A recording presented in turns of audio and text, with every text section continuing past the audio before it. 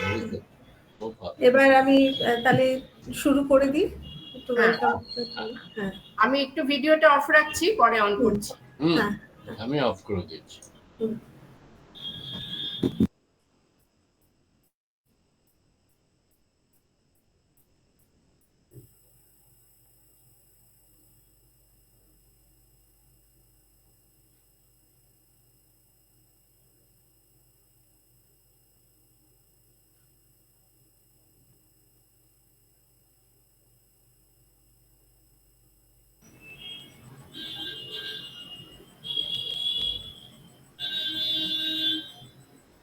welcome. Welcome and very good evening, ladies and gentlemen. Today we are organizing this program to celebrate Japan Month for the year 2024. We are thankful and grateful to the Embassy of Japan and the team of Japan Month to promote the webinar as the part of the celebration. Today we shall present 4 specific lectures and discussion with a learned audience on Indo-Japanese relationship, traditional and present scenario. In this Japan month, which are celebrating and observing between September and October 2024, the main agenda is enhancing the socio-cultural bonding of the two nations, exchange views of the general public of the two nations through organizing cultural programs or exchanging views of our literature, ideas, and values, including bilateral issues. This evening, KSAS or Kolkata Society for Asian Studies is taking the initiative to communicate some ideas which can project the present scenario of the cultural exchanges between India and Japan. This evening, our program will be inaugurated by the inaugural speech of Mr. Akira Meda, Vice Consul in charge of Cultural and Information Section, Consulate General of Japan in Kolkata. The entire program will be chaired by Professor Dr. Pavitra Sarkar, the renowned educationist and linguist. He is the former Vice Chancellor of Rabindra Bharati University and the former Vice Chairman, West Bengal State Council for Higher Education. He is an active theatre reviewer both in Bangla and English, and a very renowned critic.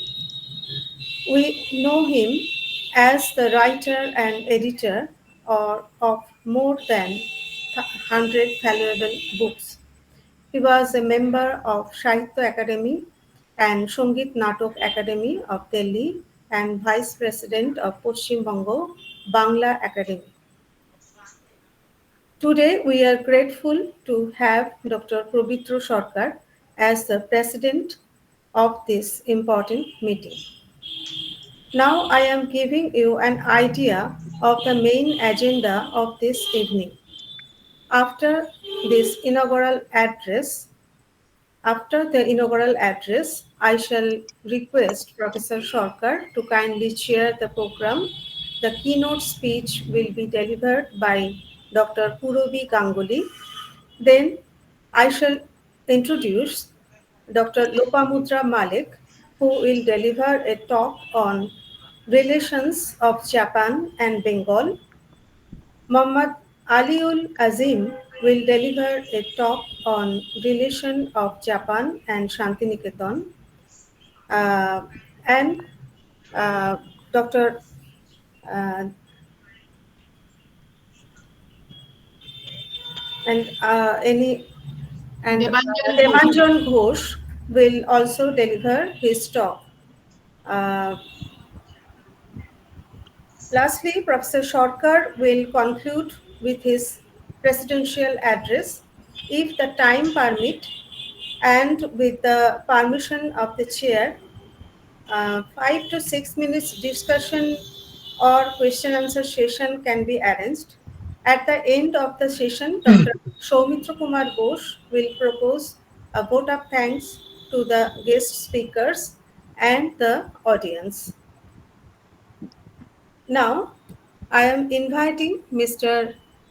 Akira Meda for the inaugural address. Uh, Thank you very much, Dr. Sarmisha Devas, Secretary, and also the members of KSAS, distinguished guests, ladies and gentlemen. Good evening. Uh, First of all, I would like to thank Kolkata Society for Asian Studies for giving me the opportunities to deliver my remarks today. Today, I will talk about a brief history and the current Japan-India relationship. The relationship between Japan and India is built on a foundation of mutual respect, trust, and cooperation. Historically, our ties date back to the 6th century when Buddhism was introduced to Japan from India. Since then, we have shared a rich cultural heritage. In recent years, our strategic partnership has grown significantly. We cooperate in various fields such as trade, technology, defense, and infrastructure development, of course, culture, people-to-people education, people-to-people exchange. Um, the foundation stone laid by the cultural luminaries evolved into a robust and multifaceted relationship between India and Japan, uh, especially West Bengal. Great luminaries like Rabindranath Tagore, uh, Netaji Subhash Chandra Bose, Rash Bihari Bose, Justice Pal, such kind of people contributed to a stronger Japan-India relationship. In fact, all of them are from Bengal. Also, from Japan, important personalities like such as Tenshin Okakura, Yokoyama Taikan, Shunso Hishida visited West Bengal from time to time to enrich our cultural relationships. And as you know, after the World War II, India decided to conclude a separate peace treaty with Japan in April 1952. Mm. And our diplomatic relations with India began since then. This treaty was one of the first peace treaties Japan signed after the World War II. Since then, many prime ministers of both of our countries have made reciprocal visits to each countries. One of the special visits is former Prime Minister Abe Shinzo's visit to India in 2007. In 2007, Shinzo Abe delivered his famous speech titled Confluence of the Two Seas in the Indian Parliament. In his speech, he said people from Bengal who forged a relationship with Japan were in engaged in at the deepest level of their soul uh, with their Japanese contemporaries. He wished to emphasize that Japan and Bengal have maintained unique relationship with spiritual connection, in addition to cultural ties and exchanges. Um, and also today, Japan enjoys very cordial relationships with India. Our bilateral relations have blossomed into a special strategic and global partnership. This year marks the 10th anniversary of the establishment of this partnership. Uh, Currently, Japan and India relationship is not limited to a bilateral one, uh, but also we are working on various global issues. Um, and on October 1st, Mr. Ishiba Shigeru uh, was appointed as the Prime Minister of Japan. Prime Minister Ishiba is a veteran lawmaker who has assumed important positions of several cabinet ministers, such as Minister of Defense and Minister of Agriculture. And on October 10th, just 9 days after taking office, Prime Minister Ishiba held a summit meeting with Prime Minister Modi for the first time during his visit to Laos. Um, in this meeting, Ishiba stated that he hopes to further promote cooperation in the fields of economy, security, and people-to-people exchange. In this context, I really hope that today's session will act as a catalyst to strengthen the relations between the two great nations. Thank you very much for listening. Thank you. Thank you. Uh, Thank you. now, now I request Dr. Pavitra Sarkar to start this program by chairing this program. And after his starting, I shall introduce Dr. Purobi Ganguly.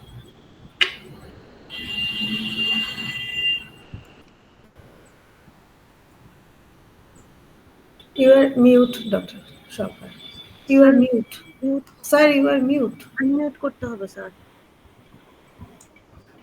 Thank you very much, and a very good evening to all of you. I thank Mr. Akira Maeda for his very informative speech, and I welcome all the speakers to this conference. We are celebrating Japanese month, and we have a very long and glorious relationship with Japan, India and Japan, particularly Bengal and Japan. Of course, West Bengal is a part of Bengal now. Uh, Without much ado, I'm not going to deliver the president's speech right at the beginning. I will invite Sharmishta to introduce the first speaker, Purobi, I think.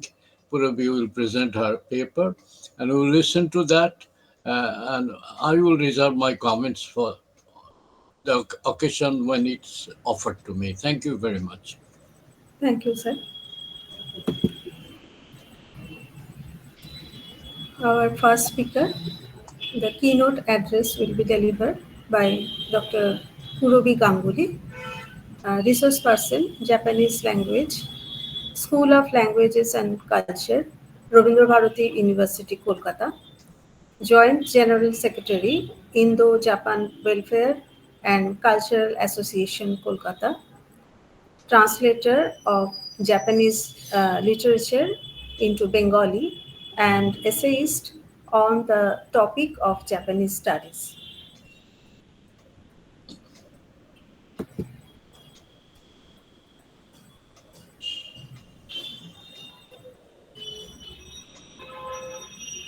Madam, I am requesting you to please start your lecture. Okay, Sharmishta, may I do the PowerPoint presentation? So if you just Yeah, off this part, I will do the PowerPoint. That will be easier. okay. Okay. Just give me 2 minutes.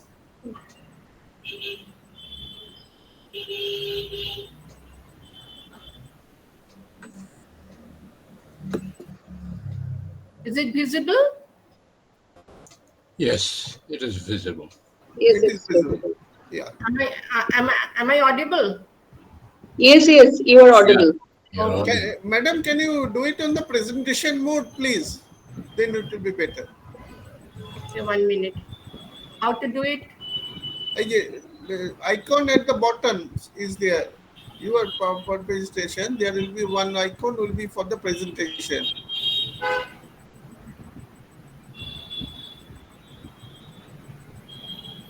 I don't know where is the I don't. You can't In the find Okay, it. okay, great. please start with. Okay, I'm just starting. Just please bear with this. Okay. Hmm, hmm. Now, okay. Now, India and Japan, these two Asian civilizations have been in continuous contact with each other for more than 1,500 years. India was known as Tenjiku or heavenly abode to Japan in the past, and since 13th October 538 CE, Japanese started admiring Tenjiku as their spiritual motherland. When the Koreans, and it is not the Indians, who introduced Buddhism to Japan for the first time. Soon after Buddhism introduced into Japan, it did not take a long time to become the central force of spiritual as well as cultural belief in Japan. But the Buddhism, which was nourished in China and later found way to Japan through Korea and China, developed a new flavor of its own, and that was in some respect deviated from the original Buddhism of India.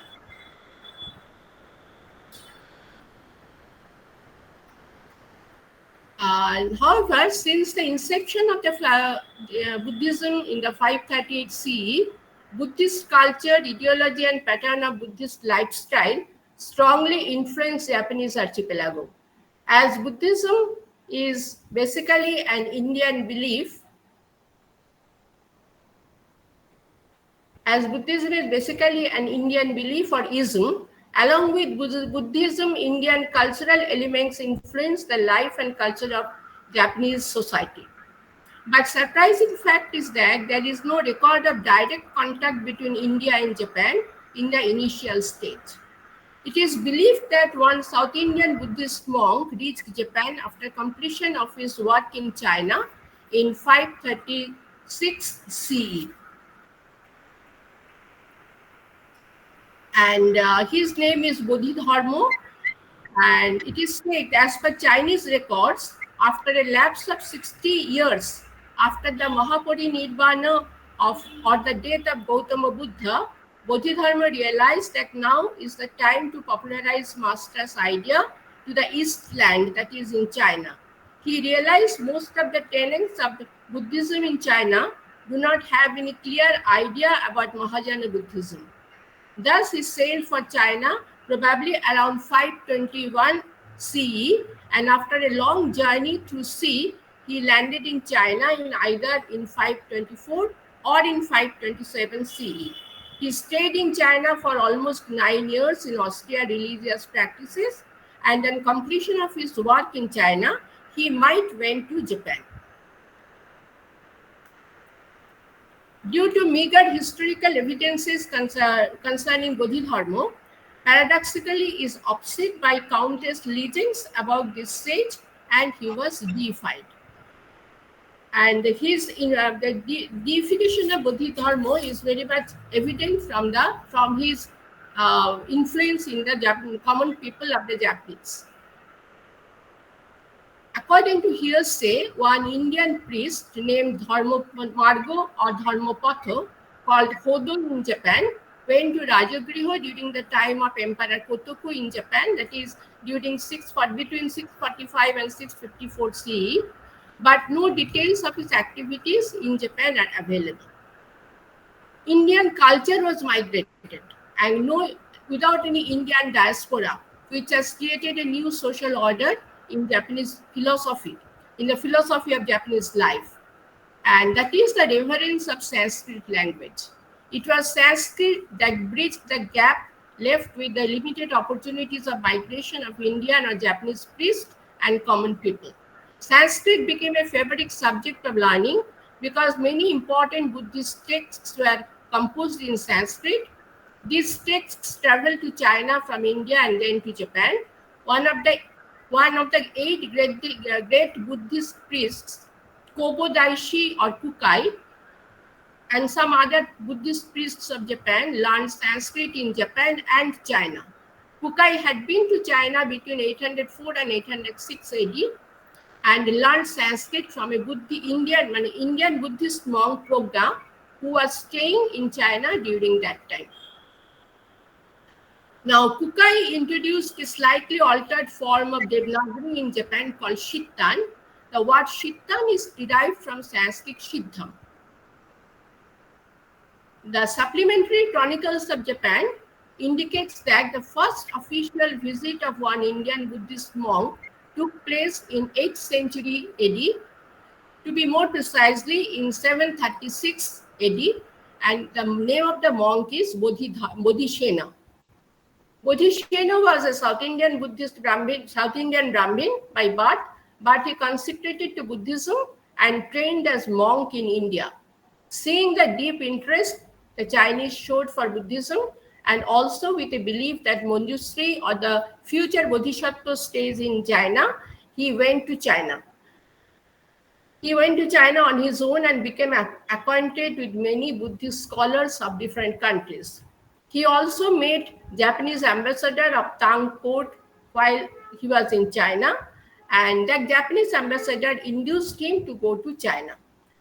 In 534 AD, he sailed for Japan with a few Chinese and Cambodian Buddhist priests, but severe sea storm and rough weather prevented them from going to Japan. Finally, in 536, Bodhisattva again sailed for Japan and managed to reach. There he stayed for a few years in the Daiyangji temple, where he met a famous Buddhist priest, Gyoki. During that time, Emperor Shomu was uh, uh, Emperor Shomu was preparing the Kaigen rite, or the eye-opening ceremony of the Todaiji temple, of the great Buddha statue of Todaiji temple. And before that, Emperor Shomu, he wanted to invite some Japanese, Indian Buddhist or Chinese Buddhist monk to Japan for teaching Buddhist commandments to the Japanese Buddhist monks and nuns. And at this point of time, Todaiji was preparing for the eye-opening ceremony, and it was also decided that the sacred rite of the eye-opening ceremony of the great Buddha of Todaiji to be performed by Emperor Shomu. But actually, Shomu was patronized the major construction, and that took place over 9 years. But suddenly, Emperor Shomu fell ill, and according to the records of Todaiji, which is known as Todaiji Yoroku, the emperor himself selected Bodhisheno to perform the grand service of the colossal image on 9th April 752 CE. The Kaigen rite, or eye-opening ceremony by Baramon Shouju, actually Bodhisheno was known as Baramon Shouju, or the Brahmin priest, great Brahmin priest in Japan. And so eye-opening ceremony done by Bodhisheno to the Todaiji temple. It was an impetus to grow a strong cultural and as well as historical ties between India and Japan. In a way, Bodhisheno was the first official emissary of Indo-Japanese friendship. The colossal Buddha image of Todaiji still stands as a symbol of fraternity between our two countries from the middle of the 8th century. Now, gradually, the belief towards Buddhism and number of the followers of Buddhism increased. One of the prince of Japan, whose name is Shinnyo Hoshinno. So he was an imperial priest, and he was son of Emperor Heijo. He gave up his position of crown prince and entered in a monastery in the Todaiji temple and became a Buddhist monk. In 861, he left the Dazaifu shrine of Fukuoka and in the Kyushu island of Japan with his 23 associates and came to China and attempted pilgrimage to India for studying Buddhist philosophy. But he could not reach India, according to popular legend that on his way through Laos, he died from an attack by tiger. However, he was the first Japanese Buddhist who tried to visit Tenjiku. A few other monks and travelers tried around the 8th, 9th centuries to visit India or Tenjiku. It was still Tenjiku to Japanese people, which was their spiritual motherland, but the difficult terrains through China hindered their attempt to reach India. Mention may be made of two very important Buddhist monks, Buddhist scholar rather, Eisai and Myoe. Eisai was basically founder of Jain Buddhism in Japan, the concept of which was brought to Japan by Bodhidharma, who first visited Japan. Now, Esai studied Buddhism in China and went to China twice for learning Buddhism, and finally tried to visit India. But he was unable to accomplish his desire. Another Buddhist monk scholar, Mioe, a priest of Kozanji, also planned his trip to Japan, trip to Tenjiku or India, but he could not come finally. Mioe is also well known for keeping a journal of his dream for over 40 years, which continues to be studied by Buddhists and Buddhist scholars, and for his effort to revive monastic discipline. In his journal of the distance to the Great Tang and India, Mioe mentions his plan for visiting India, the land for the origin of Buddhism. But finally, he's cancelled his plan. After Mioe, uh, no other Japanese Buddhist monk probably tried to visit India for a long time. Again, during the Edo period, situation was changed. Some books like the History of Indian Collection by Hirata Atsutane opposed the traditional view of the world and argued that Buddhism is nothing but merely a part of Indian custom. In spite of all these controversies, Buddhist priests had an interest in India as source of Buddhist worldview. And many Japanese Buddhist priests and monks aspire for visiting India, but no authentic record is available about this. Officially, the first Japanese to set foot on Indian soil was Yajiro or Anjiro in 1587 AD. It is said that Yajiro met Saint Francisco Xavier in Malacca and visited Goa with him. Thus, Yajiro did not visit India in connection with Buddhism, but he might have some interest to visit the spiritual motherland of his country. The next is one of the most famous Japanese travelers to the Indian subcontinent was Tenjiku Tokubei. Tenjiku Tokubei is basically an adventurer and writer of the early 17th century. He traveled to Southeast and South Asia. In 1627, Tokubei visited China, Vietnam, and Sham. Sham means modern day Thailand. As a sailor of a Japanese marching ship, he spent some time in Thailand and again visited the country with the Dutch ships. He also sailed to India to visit the source of Ganga and the country of Magadha. He returned with great wealth and numerous stories to tell. Upon his return to Japan and after the introduction of the seclusion policy of Japan, Tokubei wrote an essay titled Tenjiku Tokai Monogatari, or Story of Sea Travels to India, on his adventures in foreign countries, which became very popular source of regarding India among the Japanese people.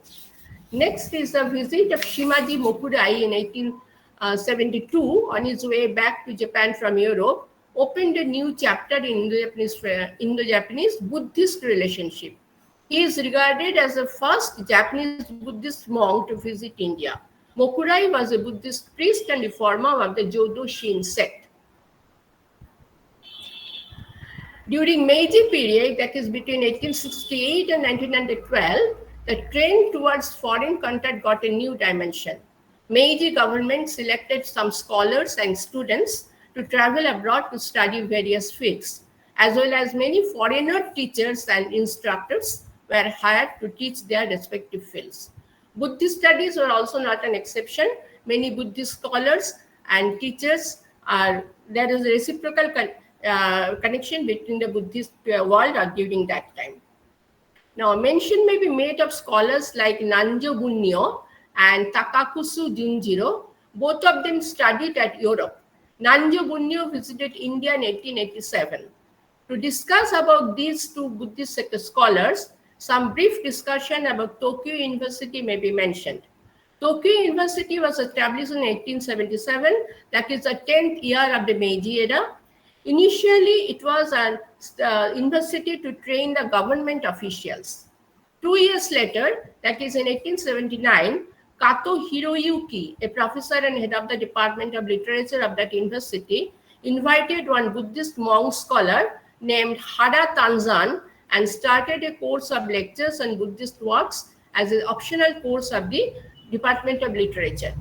Incidentally, in 1868, the government had issued an order known as Shimbutsu Bunrei, very sorry, Shimbutsu Bunrirei, or Order to Separate Buddhism and Shintoism, and unfortunately ushered an era known as Haibutsu Kaishaku, or getting rid of Buddhism.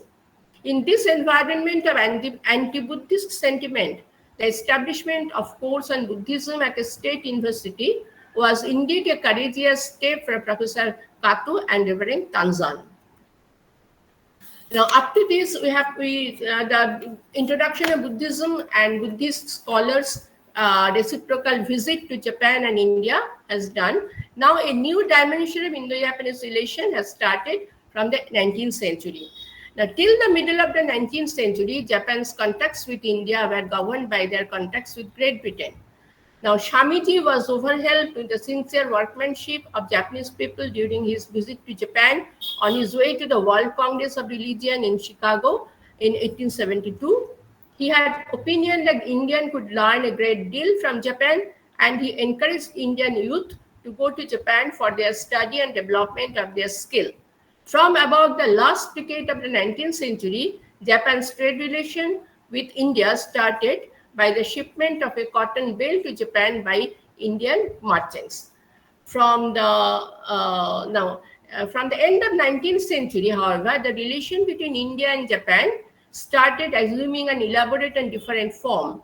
Later in the 20th century, again a cultural and intellectual exchange between Japan and India was reinstated through the historic meeting of friendship between Rabindranath Tagore and Tenshin Okakura. Just now, Mr. Maeda mentioned all these facts. And Tagore's visit to Japan on several occasions, following his visit, first visit in 1916, may be regarded as another turning point of Indo-Japanese cultural relation and academic relations. From then onwards, the relation assumed a new content and value. Later, after the reconsolidation of Indo-Japanese fraternity owing to the visit of Tagore to Japan and visit of some other dignitaries from Japan to India, the nature of ties between these two age-old cultures got new dimension. Many Japanese scholars became fascinated with the Indian culture and heritage and shared their and they have started studies in Indian literature and culture. So that studying of the languages also became necessary. Similarly, Indian scholars and others interested also started studying Japanese language and culture. The initiation of study of Japanese language and culture started in 1954 at Vishwabharati University, Shantiniketan. Now, India's freedom movement also received considerable sympathy and support from Japan. Two stalwarts of Indian independence movement, Rashbihari Bose and Netaji Subhash Chandra Bose, had very close association with Japan. The trust and friendship between India and Japan built by them is also considered a strong pillar for modern bilateral ties between these two Asian nations. Rashbihari Bose's advent in Japan in 1915 gave fresh life to the Indian revolutionary movement. He convened a conference in Tokyo in March 1942. In that conference, establishment of India Independence League was decided. In recognition of the spirit of Rashbihari Bose, the government of Japan honored him with the Second Order of Merit of the Rising Sun. Not only in the political field, but till today, Rashbihari Bose is also remembered in their everyday life of the common people of Japan for introducing the unique and traditional cuisine of India, widely known as Indian curry or Indo curry in Japan, and it is a very popular food item in modern Japan. In June 1942, it was decided to invite Subhash Chandra Bose to join as president in the India Independence League established in March of the same year. After joining of Subhash Chandra Bose, the league gained momentum and led to the participation of many Indians, irrespective of their caste, gender, and religion. The determination and commitment of Netaji had also touched the heart of the people of Japan, and they also lent a hand of friendship and cooperation to further enhance the patriotic efforts. When Japan suffered the defeat, her first defeat, and lay prostrated, India went out of her policy and became friendly and generous to Japan. Moreover, Justice Radhabinod Pal's dissenting opinion on Tokyo trials exonerated each and every one of the accused to each and every count of indictment. With such cultural and political relation between people of both the countries, felt necessary to know each other, and gradually this age-old bond became stronger and stronger day by day. Now, Justice Radhabinod Pal's dissenting opinion about that, Mr. Maeda told very deliberately. In the in the first decade after the diplomatic ties were established in 1952, several high-level exchanges took place. One of the important delegation was Prime Minister Nobuko Kishi's visit to India in 1957, following Indian Prime Minister Jawaharlal Nehru's visit to Japan in 1957, and visit of Indian President Mr. Rajendra Prasad in 1958. With the emergence of technical civilization and the idea of globalization, Japan has gained even more prominence in the world's of trade market and business field. Indo-Japanese relations also took another dynamic shape. India and Japan relations have made a steady and significant improvement, especially since 2000s. One of the important and defining feature about this is the establishment of an annual summit between prime ministers of two countries. With the visit of prime minister of both the countries, different partnership between these two countries were established. In 2000, with the visit of Japanese Prime Minister Mr. Yoshiro Mori and Mr. Atal Bihari Vajpayee of India and Mr. Atal Bihari Vajpayee of India and Mr. Mori of Japan decided the establishment of global partnership between Japan and India. In 2005 and in 2006, the visit of Mr. Junichiro Koizumi to India and Mr. Manmohan Singh to Japan respectively, the relation was elevated to the global and strategic partnership. In 2006, roadmap of new dimension to the strategic and global partnership between Japan and India was signed by Japanese Prime Minister Mr. Shinzo Abe and his Indian counterpart Mr. Manmohan Singh. In the year 2007, it has also been mentioned by Mr. Maeda. In the year 2007, this year had a special importance in the bilateral history between Japan and India, especially for West Bengal. Firstly, the year was the centenary year of Consulate General of Japan in Kolkata. Moreover, that year celebrated as Indo-Japan Friendship Year in commemoration of the signing of Cultural Agreement 1957 during the time of Pandit Jawaharlal Nehru. In 2014, Prime Minister Narendra Modi paid an official visit to Japan, and in 2015, Prime Minister Shinzo Abe's visit to India upgraded the Japan-India bilateral relations and also resolved to transform the Japan-India relations. They announced that Japan and India Vision 2025.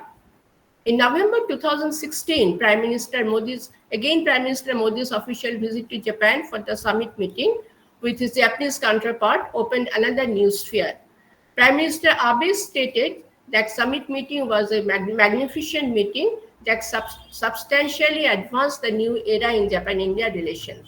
Mr. Abe also stated that two countries would lead the prosperity and stability of Indo-Pacific region as a result of coordinating the free and open India and Pacific strategy of Japan and the implementation of Act East policy by India. As effect of this Act East policy, Indo-Japanese relation gained strong base. In 2006, DST, or Department of Science and Technology, initiated through JSPS, or the Japan Science and Technology Agency, and MEXT, Ministry of Education, Culture, Science and Technology, fostered different opportunities to Indians for their development of skills through various programs. These schemes have given chances to different scholars and students to visit Japan for their academic accomplishment, which was one of the ideas of Swami Vivekananda after his visit. Various other measures have also been taken, such as establishment of Japan-India Coordination Forum, GIFC, efforts to revise and simplify the visa procedure also has been done. Now, as a concluding remark, I would like to say that India and Japan have had a long and strong bond. Even in the modern age of highly advanced technology and industry, both countries share a deep affection for each other's view and inter-country relations, which is reflected in the current trend of professional ties as the two countries declared themselves as global and strategic partners. Moreover, in recent years, the influx of large number of Indian professionals, mainly IT professionals and other professionals with Japanese language skills, have entangled a strong tie between two countries, which may foster stronger ties in the years to come. Thank you very much. Thank you very much, Puravi, for covering the whole array of relationship points of, I mean, exchanges that have taken place between these two countries. The coverage has been fairly detailed and extensive. I congratulate you Thank you. on the paper. I only want you to go back to the slide where you mentioned Swamiji visited Japan in 1872. I think the Yes. date is wrong because Swamiji was then only 9 years old. So Sorry. it should be 1990, 1892 or something. Please check it up. That's Okay, all. thank you, sir. Okay, thank you. Well, thank you very much. And uh, Shormishta, please call upon the next speaker. Yes, sir.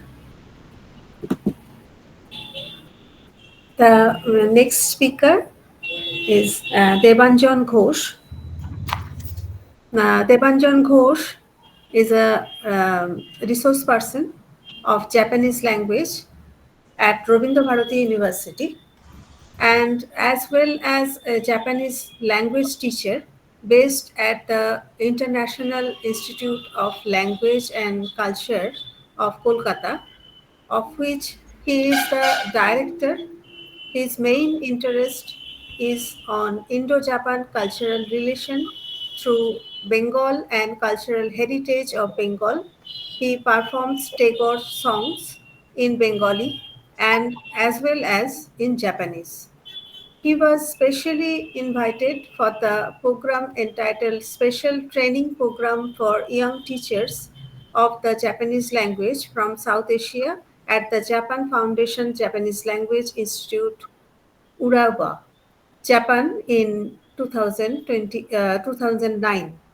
Mr. Ghosh is currently involved on a chronological study of Rabindranath Tagore's literature translated into Japanese language. I am cordially inviting Debanjan Ghosh to present his talk. Thank you, Dr. Shormishta Devasu. A very good evening to all of you. I would like to thank Kolkata Society for Asian Studies for giving me an opportunity to connect with everybody. My topic is the evolving landscape of educational and career opportunities between India and Japan. Friendship between India and Japan has a long history rooted in spiritual affinity and strong cultural and civilizational ties. The Indo-Japan artistic exchange in the modern time was initiated with the arrival of Tenshin Kakuzo Okakura in India. He is considered to be one of the most interesting figures in Japanese intellectual history. Okakura made his way to India in 1902 with a Buddhist priest, Shitoku Hori, who was the first foreign student of Shantiniketan. In 1905, a Japanese national, Jinnosuke Sano, came to Shantiniketan at the invitation of Rabindranath Tagore to teach judo and Japanese language. He was the first Japanese language teacher in India. After the independence of India, Professor Kazuo Azuma initiated to establish a strong foundation of Japanese language education in India. These kind of every single glorious event contributed to the present day's fruitful relationship between the two nations in a wide range of areas of cooperation. Cooperation in the field of education is being conducted through partnership between education and research institutions, student and teacher exchange, government scholarships, promotion of Japanese language education in India. According to a recent survey by the Japan Foundation, there are total number of 323 institutions offering Japanese language curriculum in our country, under which 52 are universities, colleges and graduate schools. There are 225 private foreign language schools conducting Japanese courses. Others are primary, lower secondary, and upper secondary schools. The Central Board of Secondary Education of India already introduced Japanese language at the secondary and senior secondary levels from class 6 onwards, that is class 6 to class 12, since 2006. The main reasons why Japanese should be taught in Indian schools are number one, it would help in furthering cross-cultural understanding between Asian countries and further expanding to the global area. Number two, Japan could become one of the new destinations for Indian students in pursuit of higher education. Uh, it would increase and improve the employability of students, the third point. And the last is it would give the much needed impetus to the increasing economic and cultural ties with Japan. Japan is a country that attracts worldwide attention in terms of science, technology, arts, and culture. Nowadays, international students, including Indians, take the opportunity to study in its top class education environment. There are 665 academic and research partnerships, including student exchanges, between more than 138 universities and institutes of Japan and around 227 universities and institutes in India. The partnerships range from liberal arts to management and business studies to international studies.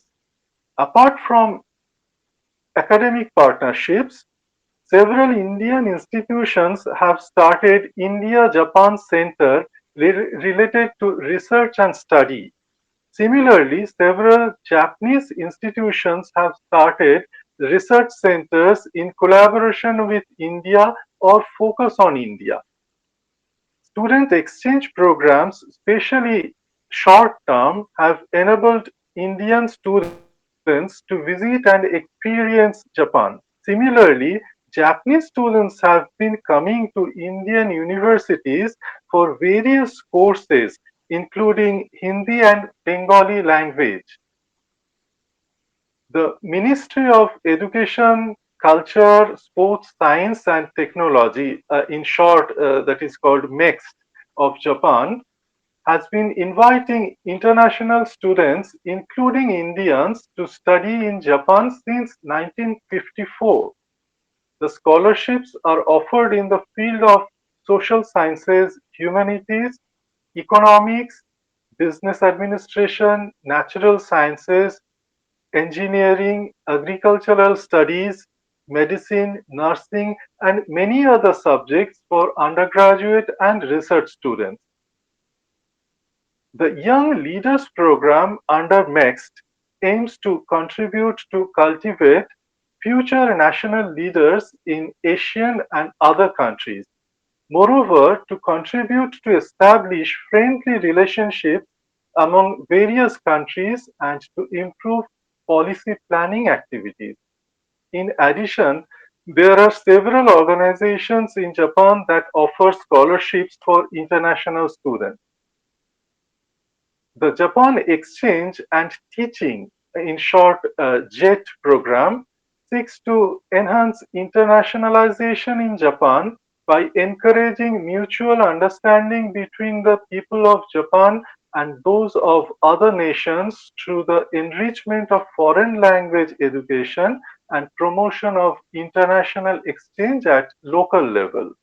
The program began in 1987 with cooperation from governments of participating countries.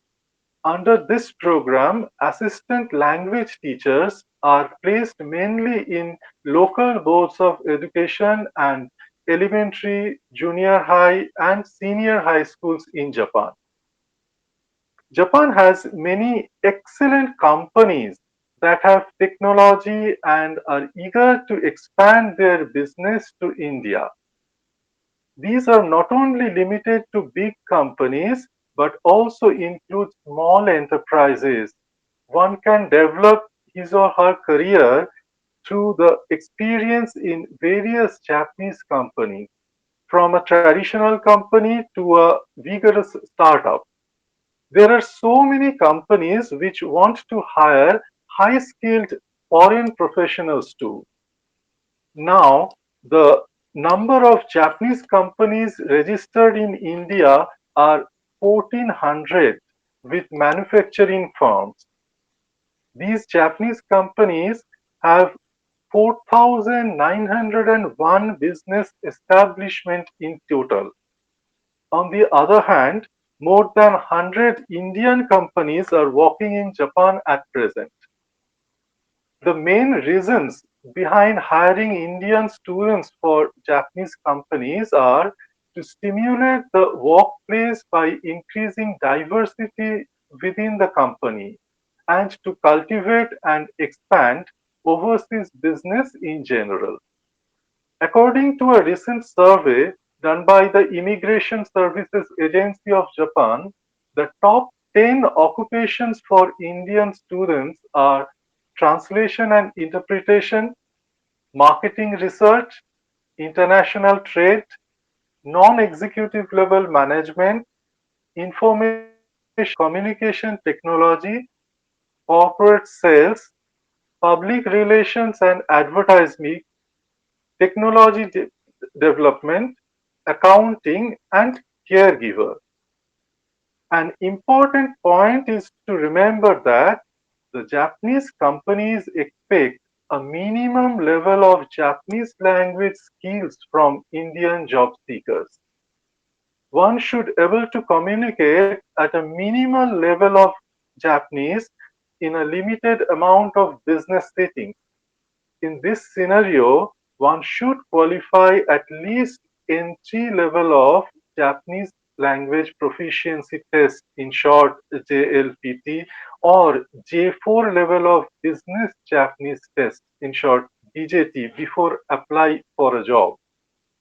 Recently, Government of India and Japan initiated to cooperate under Technical Intern Training Program, in short TITP, and Specified Skilled Worker, in short SSW, initiative of Japan. TITP aims to empower the Indian youth by providing them with career advancement opportunities.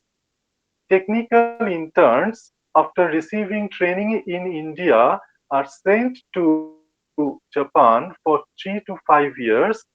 The major job categories, including 81 in total under these programs, are agriculture, fishery, construction, food manufacturing, textile, machinery and metals, airport ground handling, and many others. TITP offers various benefits to the interns, such as opportunity to work as a specified skilled worker in Japan after completing 3 years of TITP successfully. But the important point is, after completing the training under TITP and SSW in Japan, the interns are expected to return to their home country and utilize the skills acquired in Japan. The relationship between India and Japan has been developing appreciably in recent years.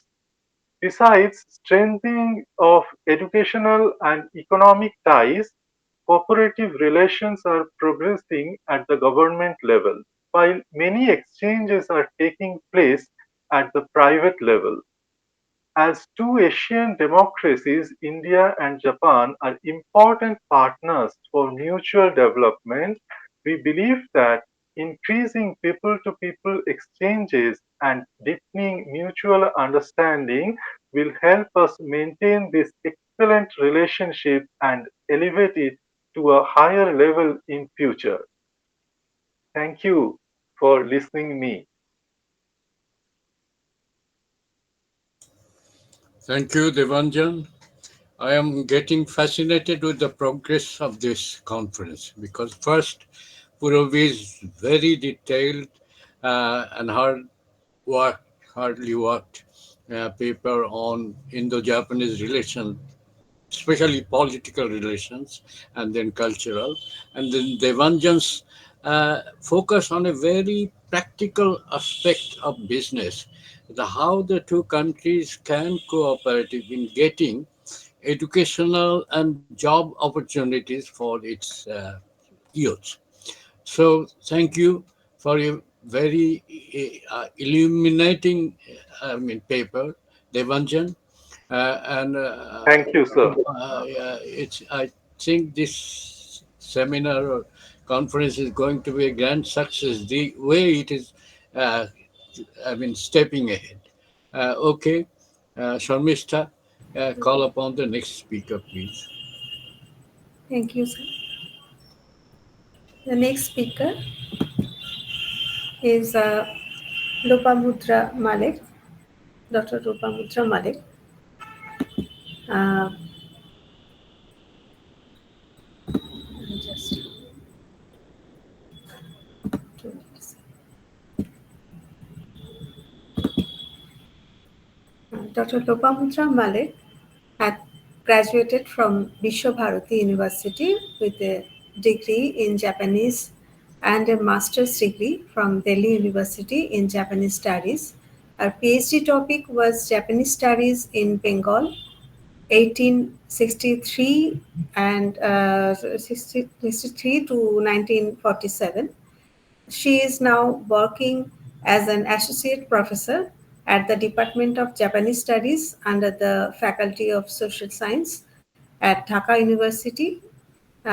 She works on Japanese studies in Bengal, Japanese literature, culture, and society. She has published several research articles at home and abroad. She will present on relations of Japan and Bengal. Dr. Malik.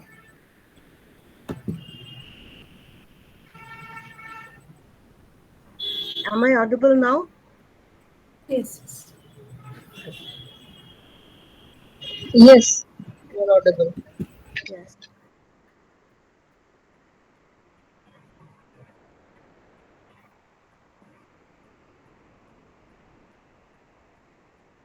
Hmm. I want to share my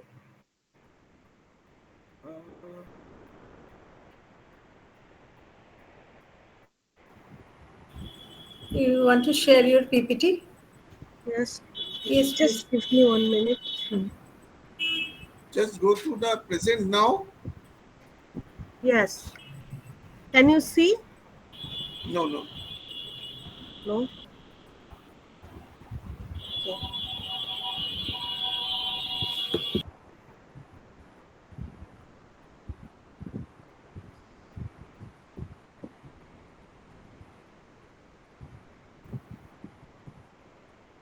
Now, No. Now it is visible. Now it is visible. Yeah, yeah. Okay. Yes. Actually, Purubidi is my sensei, and she has covered some of the topics what I was going to present. But what I have in my hand, I am presenting now.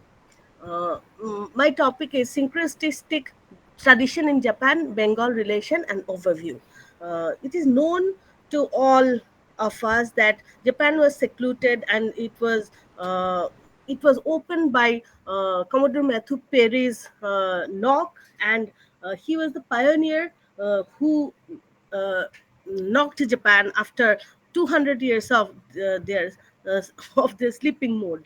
Uh, when Methu went to Japan and give a wake up call to Japan, after that he wrote a book, namely narrative of the expedition of an American squadron to the China Seas and Japan, performed in the years of 1852, 1853, 1854, and under the command of Commodore M.C. Perry. Uh, this book was published in Japan, 1862, written in English. And after that year, 1863, our Madhusudan Bandyopadhyay translated that book in Bengali, namely as Japan. Uh, this Hello. Yes, your slides are not moving. Yes, yes, my slides are not moving.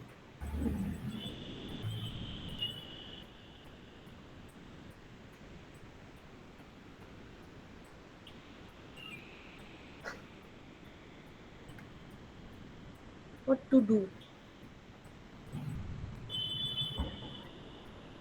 আমার slide move করতে পারছি না, একটু help কর না। হ্যাঁ,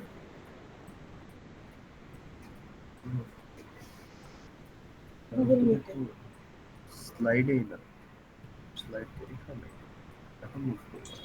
Can anyone help Yes, by advising her what to do? Yeah, it's moving. Yeah. it's moving now. This is Yeah, the book what go I ahead. was talking Go about. ahead. Yeah. This book was written by, this is the Japanese version of this book, Perry, and this is the Bengali version of that book, is written Japan. I hope you all could see that it is written in Japan, in Bengali Japan and Kolkata. After him, we all know this fact that Tenchi Nokakura and Priyambada Devi's friendship, and with the uh, help of that friendship, we finally got one book written by Okakura, the Book of Tea, which was published in 1906. That was translated by Priyambada Devi in 1915, and the name of the book was Cha Grontho. After him, Ryukan Kimura and Hemlata Devi. In 1916, R. Kimura, Ryukan Kimura, has translated Rabindranath Tagore's speech from Bengali to Japanese, and I am not sure about this fact. Though I am saying, but I am not sure about this fact. I just got this somewhere. I should speak this word. I shouldn't say this. I know that R. Kimura had helped Rabindranath Tagore to make the speech from Bengali to Japanese. After that, the translation of his book, the Hemlata Devi translated the book of Ekai Kawaguchi in 1916. It was written as Tibet Rajye Tin Bochor, and this is the no, what to say. This is the front page of that book. First, I will discuss those who went to Japan, and then I will discuss those who came from Japan. At those days, Rabindranath Tagore, it is known to all that he went 5 times to Japan, and Mukul Chandra De went to Japan, Ramnath Bishwas, Abala Bosu, Charuchandra Bandyopadhyay, Nandalal Bosu, Vishwarup Bosu, and Swami Vivekananda. And Rahul Sankirtayan and Rashbihari Bosu. Though I am focusing on the cultural part, I am not going to focus on the political part and activities of Rashbihari Bosu and Subhash Chandra Bosu. Uh, Rabindranath Tagore visited Japan 5 times in total. First time from 29th May to 7th September in 1916, about 3 months. Second time for a few days at the end of January 1917. Third time at the end of May 1924, and left Japan at the end of June. Uh, there he spent about a month. Fourth time, 1929 March to 22nd to March to 28th, means 1 week, and May 10th to June 8th, about 3 weeks. This means total 5 months. He stayed at Japan. Uh, as there is a confusion, I have this in my hand that no, Vivekananda, he in 1893, another Bengali, Swami Vivekananda, went to America via Japan to attend the World Congress of Before Religion. you go on, I am interrupting you. It should be Sorry, Narendranath Datta, not Dev. It sorry, should. sorry, not Datta. I have mistakenly written. Sorry. Uh, um, then he stayed in Japan for more than a week. Then he was surprised to see Siddham or Siddhamatrika written in Buddhist temple in the former ancient capital of Nara. Siddham characters are very similar to Sanskrit characters. Even today, the Buddhist shrines of Tendai Shu and Shingon Shu contain mantras written in the Siddham language on wooden tablets. Uh, Mukul Chandra De. Mukul Chandra Ray was born in July 23, 1895, Bengal. Um, he was the first Indian artist to travel abroad for the purpose of studying printmaking as an art.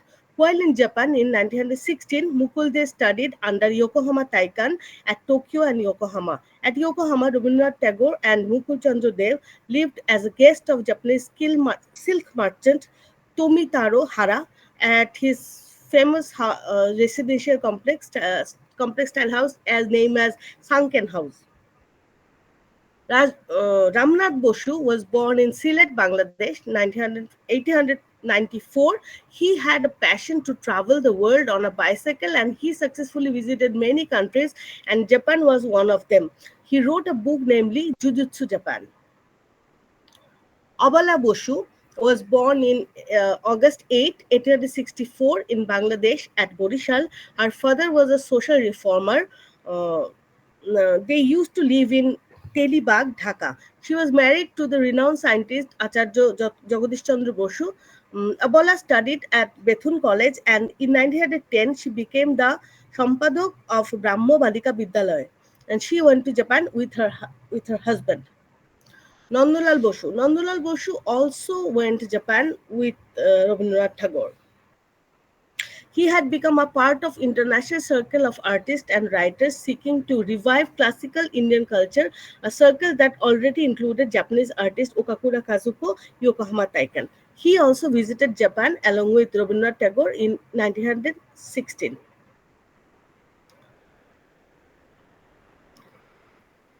Rahul went to Japan in 1935, and he stayed there several months in a Buddhist Montessori. He was interested in Japanese farmers, and he tried to encourage Japanese community in various manners.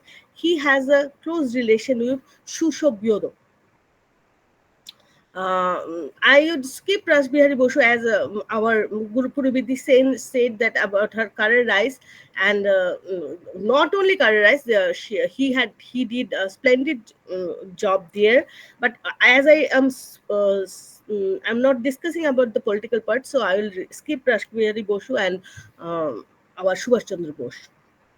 Uh, those who came to Bengal from Japan. First, I should mention Tenshin Okakura, then Shitoku Hori, Shusho Byodo, Kimura Ryukan, Arai Kampo, Yokohama Taikan, Shokin Katsuta, and Genjiro Masu. Uh, there's more. Maki Hoshi, Jinnosuke Sano, and Kasahara. Tenshin Okakura.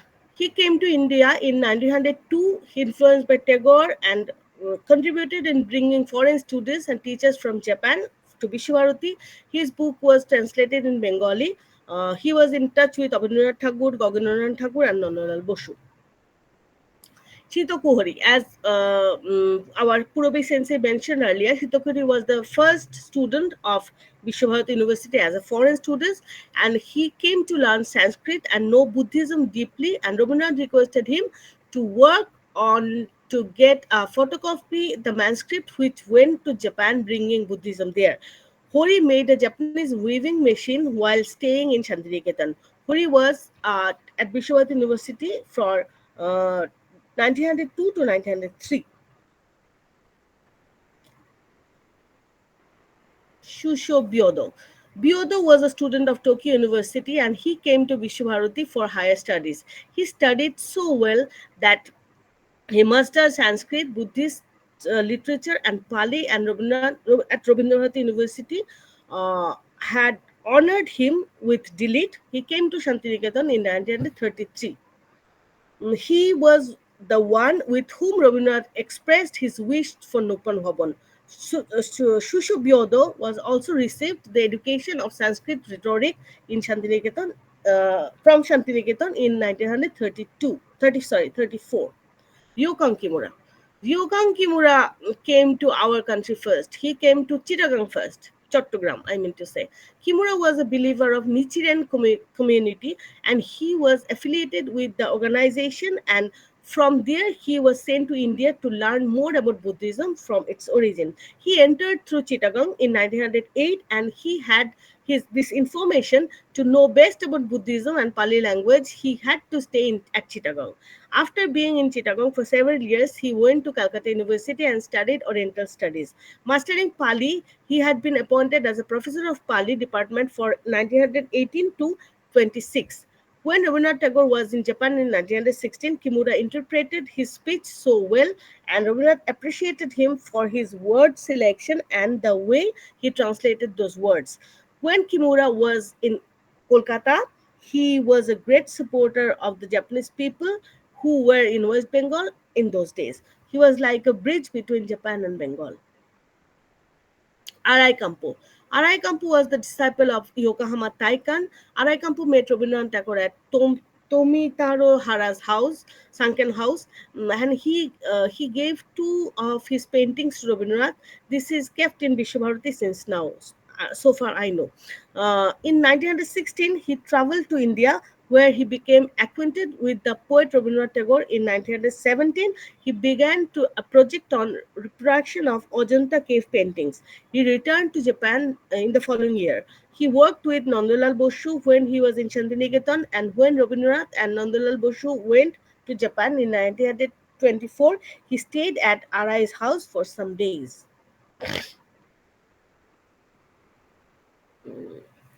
Yokohama Taikan. Yokohama Taikan was a disciple of Okakura Tenshin. His trip to Calcutta with Shunsho Hishida in 1902 was immensely important for the evolution of global modernism, as it resulted in a seminal exchange both in techniques and motif with the important early Indian modernist and Nandalal Bosu. Rabindranath stayed at his house when he was in Japan. This cultural exchange was tremendously significant for that time period. All these all these worked as the backdrop of uh, Pan Asianism, so far I believe. Uh, Shokin Katsuda. Shokin Katsuda was appointed as a teacher of Kolabhavan with the recommendation of Okakura Tenshin. Rabindranath invited him to teach at Kolabhavan. Jinosuke Sano, who was at that time had a friendly relation with Katsuta, and when Ikai Kawaguchi went to Shantiniketan, he met Katsuta there. Shokin Katsuda stayed in Shantiniketan and worked as art teacher from 1905 to 1907. After that, Genjiro Masu. Masu went to Shantiniketan to teach Japanese music and learn Indian classical music. He was there for 2 consecutive years, and the concept of 2 consecutive years. element academician Kalida. Emil, sorry, famous academician Kalidas Nag recommended him for Vishwabharati's music department. He taught Japanese language as well with music when he was in Shantiniketan. Vishwabharati started to teach Japanese music through him. Shizue Iri, Genjiro Maso, Mikio Maki, etc. Also, they also went to Shanti Sangit Bhavan to learn music.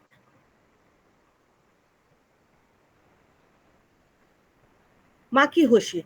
Maki was the maternal sister of Rajbihari Bose's wife, Toshiko Bose, and she went to Shantiniketan with the reference of Rajbihari Bose to teach Ikebana and tea ceremony to the students of Vishwabharati. Maki Hoshi earnestly did her work when she was at Shantiniketan.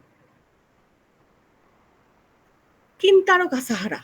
Kintaro Kasahara from Japan came to famous Japanese artist Kintaro Kasahara.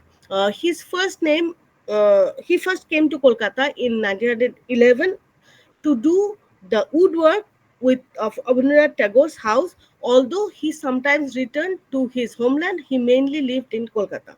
When Rabindranath built Sriniketan next to Shantiniketan for the practice of various crafts, he appointed Kasahara as the head of the craft department at Sriniketan. Kasahara, along with his wife and two daughters, came to Shantiniketan in 1922 and spent the rest of his life there. Kasahara was the chief helper of the construction of Sriniketan. Jinnosuke Sano. Jinnosuke Sano came to Shantiniketan as a jujutsu teacher in 1905. He taught Japanese language also. Whenever Rabindranath went to Japan, he played a vital role in it. He learned Bengali so well that he had translated Rabindranath Tagore's Gora novel in Japanese. Afterward, he sent another Jujutsu teacher from Shantiniketan after 1929. Jigaru Kano, who was the founder of Kedokan, had recommended Shinjo Takagaki name to him. Jinnosuke was a sincere person and he dedicatedly taught Jujutsu when he was in Shantiniketan. He was there for more than 3 years. Sanno Jinnosuke, who translated the novel Gora from Bengali to Japanese in 1924, it was published in 1925.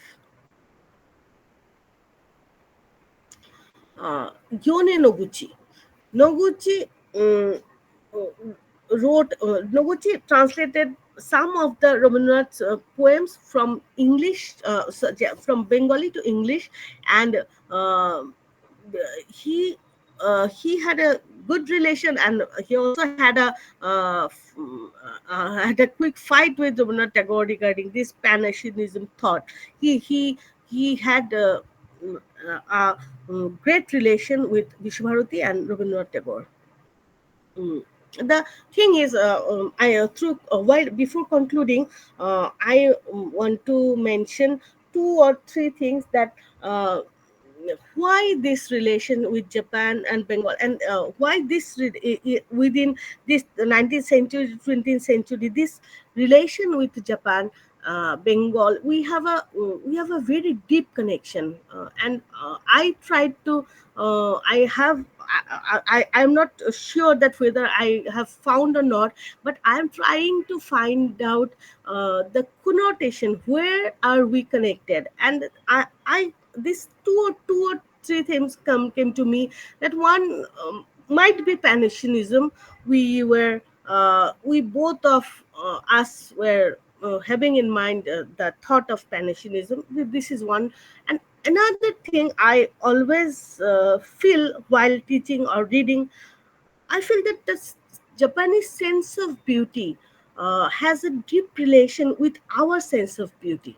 This connection always it's magnetic, and we always feel for Japanese people, and Japanese people always feel comfortable with our thoughts because of this connectivity of our thought.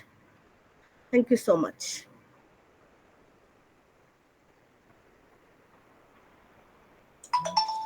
Thank you, Lopamudra. You have done a good thing by providing, I mean, you have fleshed out the information provided before with personalities and their works. That has given some life to the seminar. Because we know these people individually, we know more about their work, and that's how your paper was very important. But I thought that some aspect of the relationship between Japan and Bangladesh would also come into the picture, because there are many people of Bangladesh living in Japan now doing good work. So that's all right. Okay, thank you very much. Shormishta, uh, are there any more speakers? Yes, sir. Yes, please. One more speaker, Please. mm, Muhammad Aliul Azim.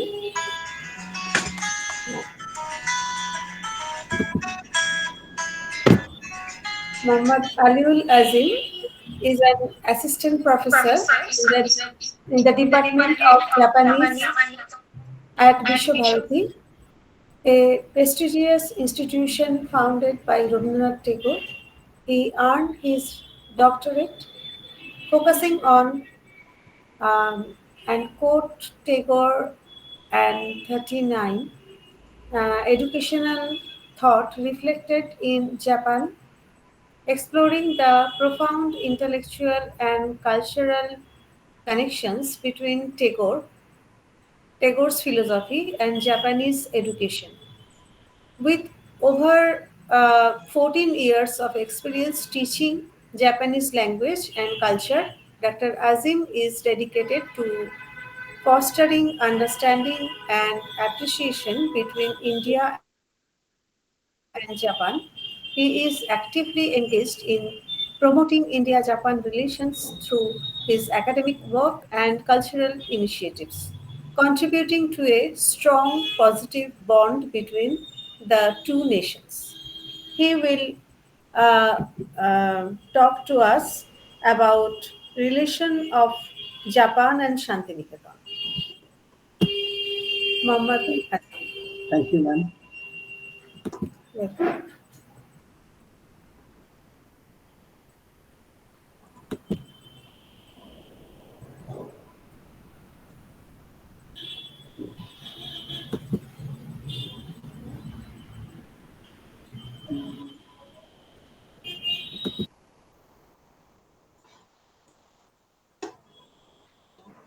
Aliul unmute কর। Mm.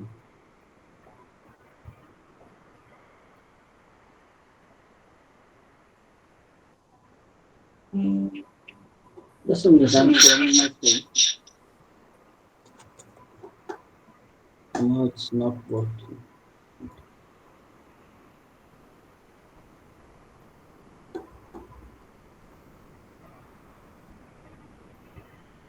No.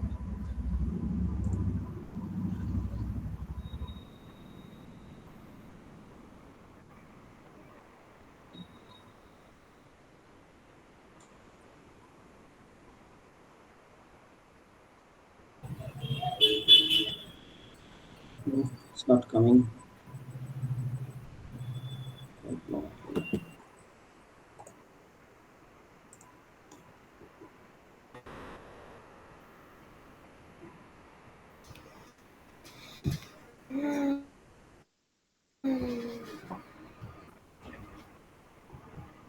Can you talk without PowerPoint? Yes, I'm just trying. Just a minute. PowerPoint is there, but not showing. Mhm.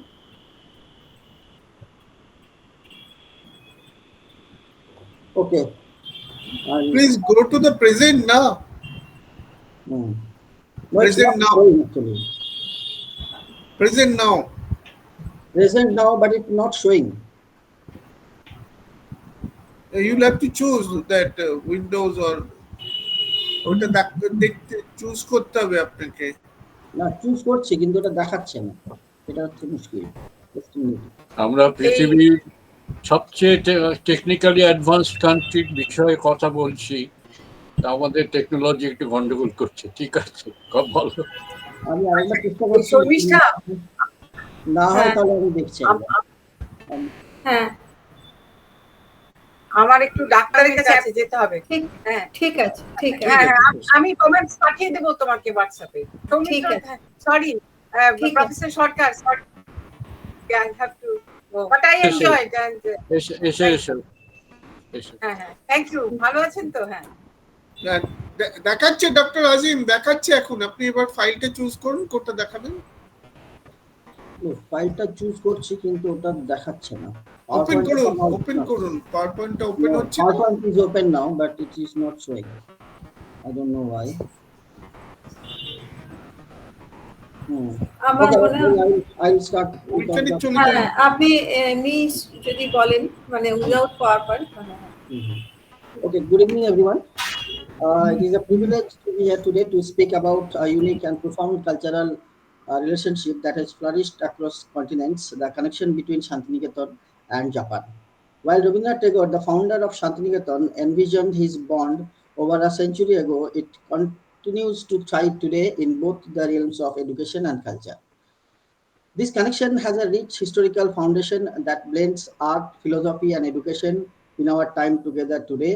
I would like to explore the historical origins of this relationship, the cultural exchanges that defined it, and how this bond continues to inspire and develop in the present scenario. To understand the bond between Shantiniketan and Japan, we must first look at Shantiniketan itself. In 1901, Rabindranath Tagore established Shantiniketan as a school where students could learn in harmony with nature, away from the rigid and often oppressive British colonial education system. Shantiniketan grew into Vishwabharati University in 1921, Tagore's vision of place where the world makes its home in a single nest. Tagore's philosophy of education was grounded in freedom, creativity, and cultural exchange. He believed in the unity of mankind, transcending borders, languages, and religions. His vision was a global university where the cultures of East and West could meet on equal terms and enrich one another. Central to this vision was the belief that Asia, especially India and Japan, shared a spiritual and cultural bond that needed to be revived and celebrated. Tagore's relationship with Japan began in early 20th century, and he visited the country several times between 1916 and 1929. Japan had modernized rapidly after the Meiji Restoration in 1868, emerging as a powerful modern nation without losing its cultural heritage. This deeply impressed Tagore, who sought a similar balance for India, modernization without losing one's soul. During his visit to Japan, Tagore met several important Japanese intellectuals, artists, and philosophers. The most significant being Okakura Kakuzo, also known as Kenji Okakura, was an art historian and philosopher who, like Tagore, was a proponent of Pan-Asianism. The belief that Asian countries should unite in the face of Western imperialism by reviving their shared culture and spiritual heritage. Okakura's famous word, Asia is one, resonated deeply with Tagore's, and they bonded over their shared belief in the need for an Asian cultural renaissance. Tagore's connection with Japan was not just intellectual but also deeply artistic. Japanese art and aesthetics left a lasting impression on him, and his influence was most evident in the creation of the Kalabhavana, the School of Art at Shantiniketan. Tagore believed in the unifying power of art and invited Japanese artists to Shantiniketan to teach, collaborate, and share their unique styles and techniques. Yokohama Taikan, a master of Nihonga painting, and Arai Kampu, a Buddhist scholar and artist, were among the Japanese artists who visited Shantiniketan.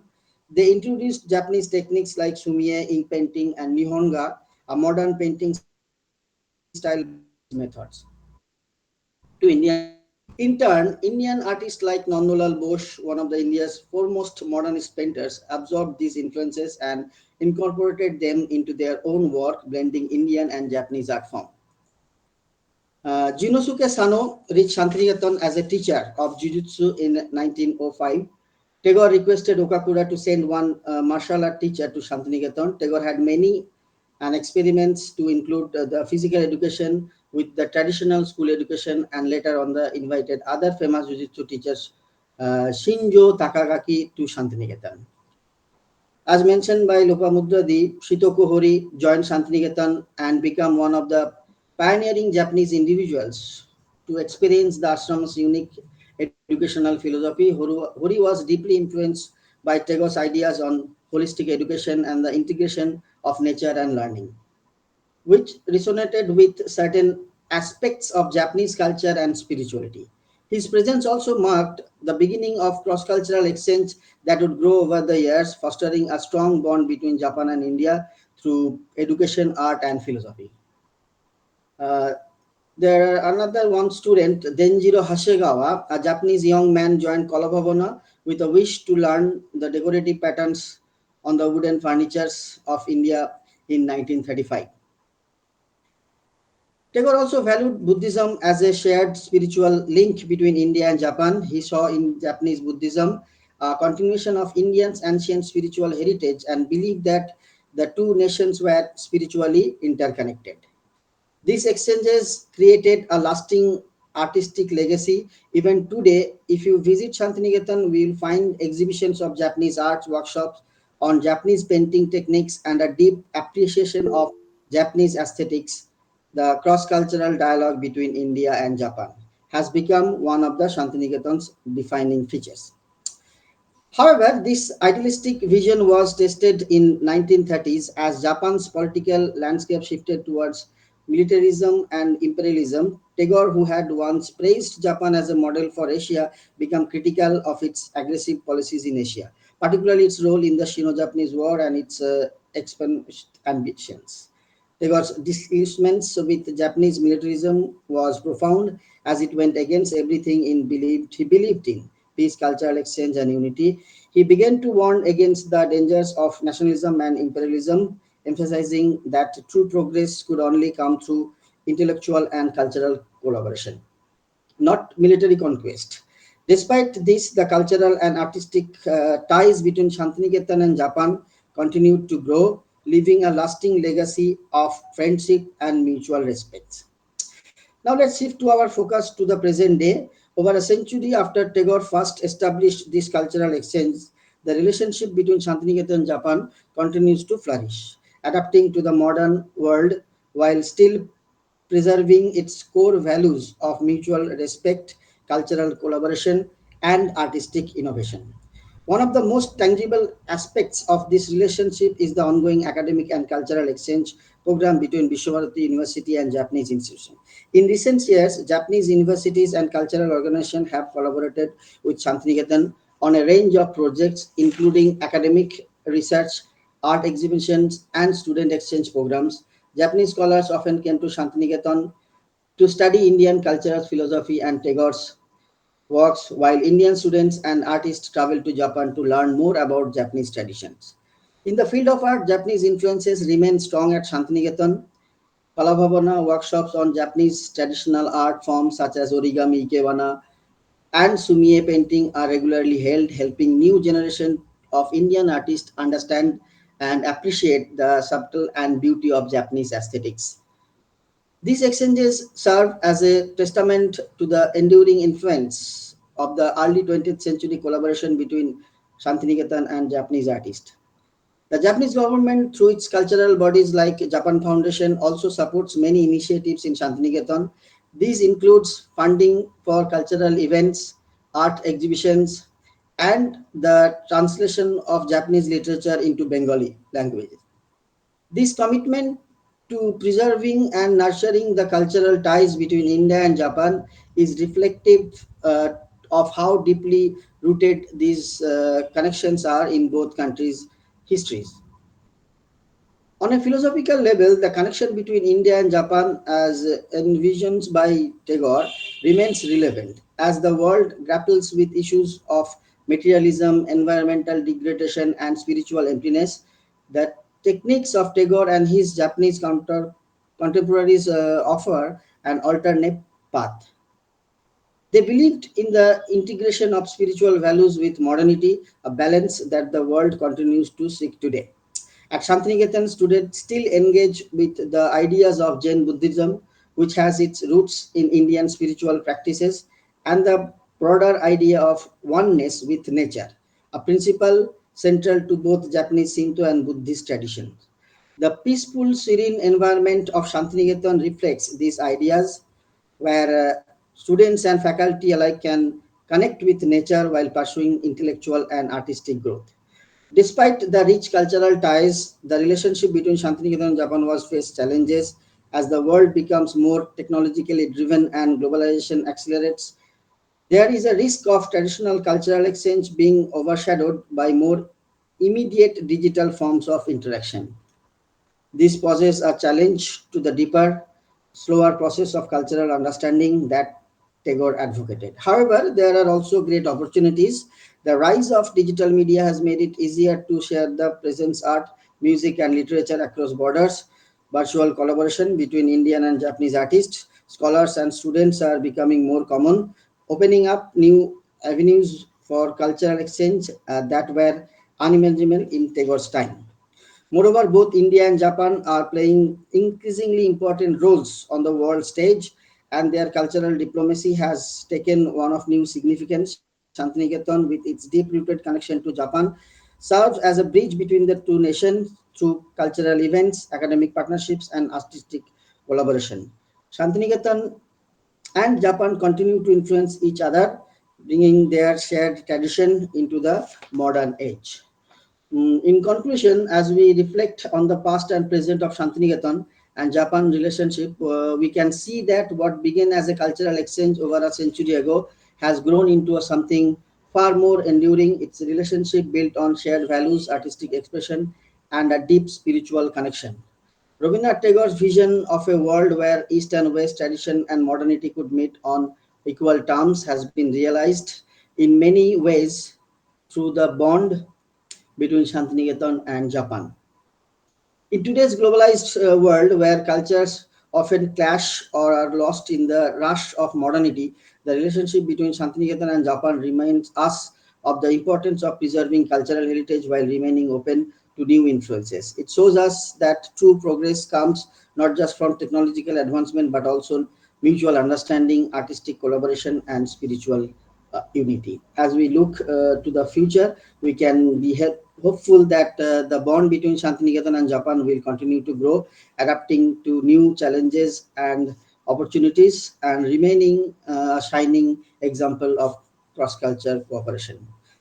Thank you.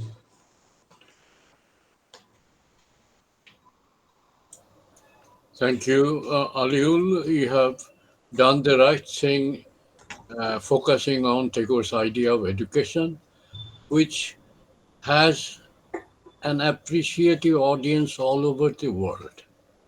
You know, thesis has been done on Tagore's idea of education at Toronto University, and institutions like Shantiniketan have been established in many places in the world. I have seen one in Indonesia itself.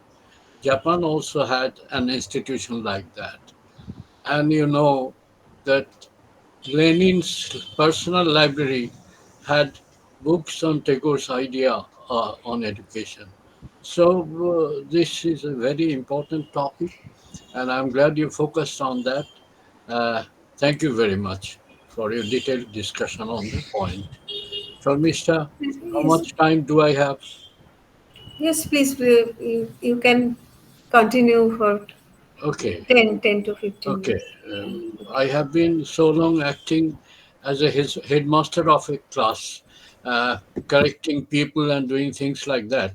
I'll not do that anymore. I will make only a few points that even before personal contact between Indians and Japanese, there were, I mean, mutual influence uh, that was operating between the nations. Buddhism is one, and that has been extensively dealt with Purobi and others. But I can, I think I have written on that extensively in Bengali, also in English, that in the 1880s, there was a very influential book published by the English author Robert Louis Stevenson. As you know him, the author of Treasure Islands, Captain Kidd, and all those books. But he wrote a book called On Famous Men and Books. And in that book, there was the biography of a Japanese patriot called Yoshida Torazero. And Tagore, I guess Tagore and both Swami Vivekananda read that article, and both were deeply influenced by Torazero's life. Tagore mentions that in one of his articles called Chhatradir Prati Sambhashan. I am sure all of you have read that. This Yoshida Torajiro was a Japanese patriot, and when he decided to fight for Japan, to bring Japan out of what should I say, feudal influence, he decided he would uh, take the job of a teacher. But he asked himself, do I know Japan? Do I know Japan for the nation I want to die for? So what he did, he traveled on foot in Japan for about 3 years. He stayed with the peasants, with the fishmongers, and after 3 years he said that I now know Japan. Japan means its people, and I will fight for these people. And that's how he was killed. He was killed by the feudalist lords. What influenced Japan was Tagore, influenced Tagore about Torajiro was that he identified a country with its people. It was not just a map, it was not just an imagination, but it was the people, and the people who are deprived, who are oppressed. So, when he went to his zamindari in East Bengal, he wanted to do something for his people, for the poor peasants. That's how Tagore's whole philosophy of life was changed by reading the life of Yoshida Torajiro.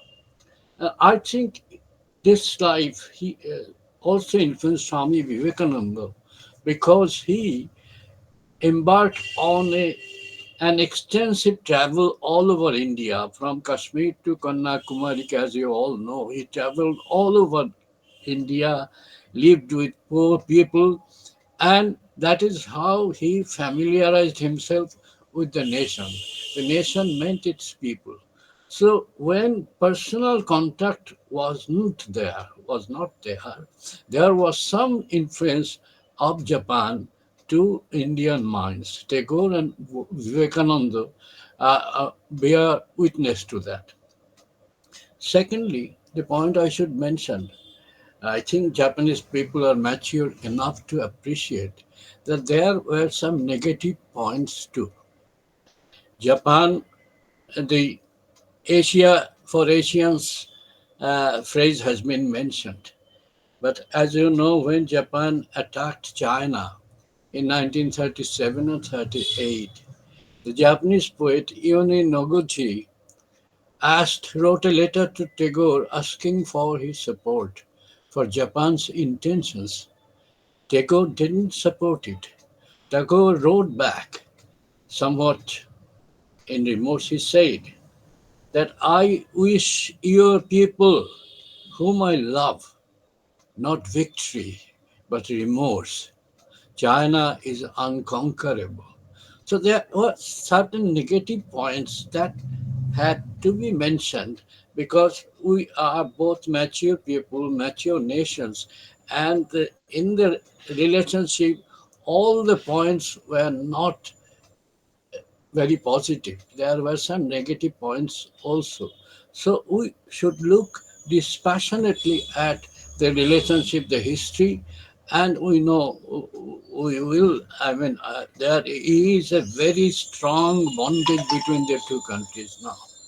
I mean, Buddhism is one influence. If you read Japanese no place, you will find many Sanskrit words. Yama, Rakshasa, Swarga, Brahmana, all the Sanskrit words are replete in the no place in Japanese language itself. So the relationship is very deep and integrated, and we will cherish this relationship between the two countries for years to come, for centuries to come. I am sure the Calcutta Society for Asiatic Studies has done a great work in organizing this seminar, and I'm sure it has been a great success. I thank all the people who have read papers and Sharmishta and other people of the society for organizing. And I also thank the Japanese representatives who have participated in this seminar. Thank you very much. Thank you very much, sir, for present here and for your talk, inspiring to us. Now, I am requesting Dr. Soumitra Ghosh, our advisory board member, our uh, academic board member, to, Vote of thanks. to Okay. propose the vote of thanks. Okay. I know because we have crossed the timings and it may not be wise to hold people here for the vote of thanks, but I'll briefly, I will short my the vote of thanks things portion of my portion. Konbanwa, good evening. Okay. So on behalf of Kolkata Society for Asian Studies, I we thank Vice Consul Mr. Maeda Akira-san for his encouraging inaugural address and a detailed address also about the between the relationship between India and Japan. It set the mood of the discussion. On behalf of KSS, Kolkata Society for Asian Studies, we thank Dr. Kurobi Gangopadhyay, who focused on Indo-Japan relationship, traditional and present scenario as keynote speaker.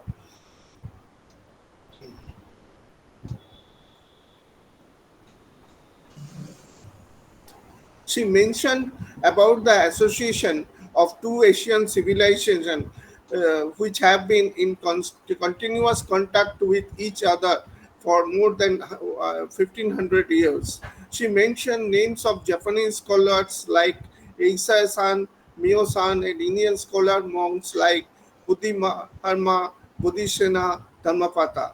Since 19th century, this relationship took a new form of dimension.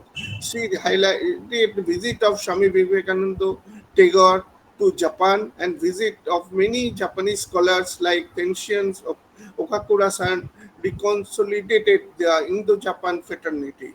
Two stalwarts of Indian independence movement, Rashbihari Bose and Netaji Bose had very close contact with Japan.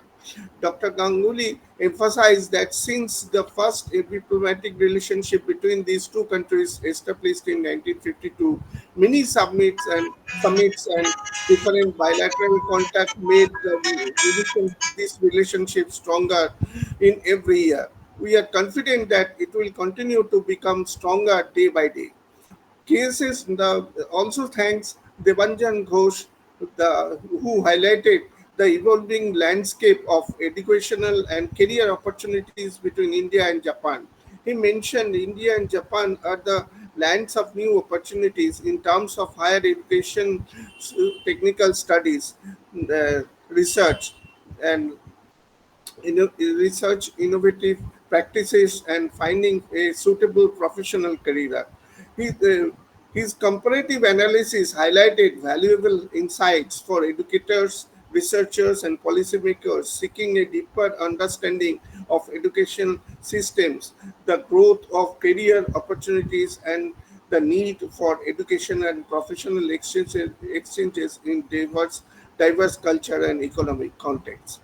We extend our thanks and gratitude to Dr. Lopamudra Malek mm, for her deliberation in syncretic tradition in Japan and Bengal relationship. She mentioned that Japan has an uninterrupted cultural relationship with Bengal since 1863 through the translation done by Madhusudan Mukhopadhyay's Japan. After a good number of Bengali community went to Japan and the Japanese community came to Bengal, and she has highlighted the detail and individual everybody the detailed analysis of that and of the Japanese visitors as well as the Bengali travelers. Uh, and also this community came to Bengal and strengthening this cultural bonding between these two countries.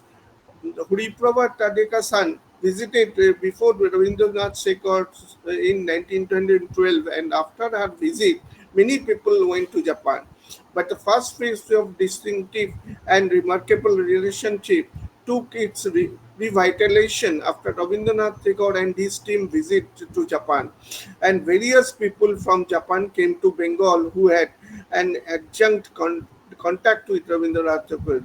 Through these visits, Japanese culture was studied thoroughly and significantly. She mentioned that Japan had an had having an earnest bilateral relationship with Bangladesh, but the seed of this report was sown on a and a half century back by Rabindranath Tagore, Ananda Shankar Ray, Shandip K. Tagore, Rayon Kumar Kimura san, Shikutugi Hori san, and so on and forth. At last, we like to thank Dr. Muhammad Alilul Azim, who talks about Santiniketan and Japan for the past and present engagement. His speech explores the historical and ongoing relationship between Santiniketan, the educational institution founded by Rabindranath Tagore and Japan. Tagore's admiration for Japan's ability to modernize while preserving the cultural heritage laid the foundation for deep intellectual and artistic exchange between the two cultures. He mentioned Tagore's vision of Pan-Asianism, emphasizing and spiritual and cultural unity in Asia. He was central to the relationship with Japan. He shared that today the Santiniketan Japan relationship continues to thrive. The ongoing cultural exchanges, workshops, and academic collaborations. His speech highlights the lasting influence of Tagore's vision and vision and the enduring significance of the cultural relation partnership between Shantiniketan and Japan. And I like to, I don't have the audacity to thank the Dr. Pavitro sir to say that he has to brief the session and everything in so detail. So this session has, in my opinion, this session is reached to a greater height. We thank all the guests, attendees, support staff, and for their active participation and support. At the end, we we want to thank Consulate General of Japan in Kolkata for giving us the opportunity to participate in the Japan Month. We look forward to many more opportunities and collaboration with Consulate in future. Thank you. Arigato gozaimasu.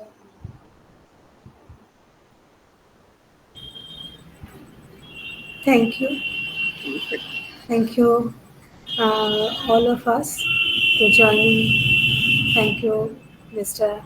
Akira, and Akita. all of Thank you us. so much, To, Akita. Sir. Thank you so much. Mm, we think that we can uh, produce a good number of prestigious number of publication on these lectures, and we shall go beyond this seminar with more interactions, more seminars, more workshops in the same matter and Indo-Japan relationships. In the Thank you. future. In the future. Thank you. Thank you. Thank you very much. Thank you all.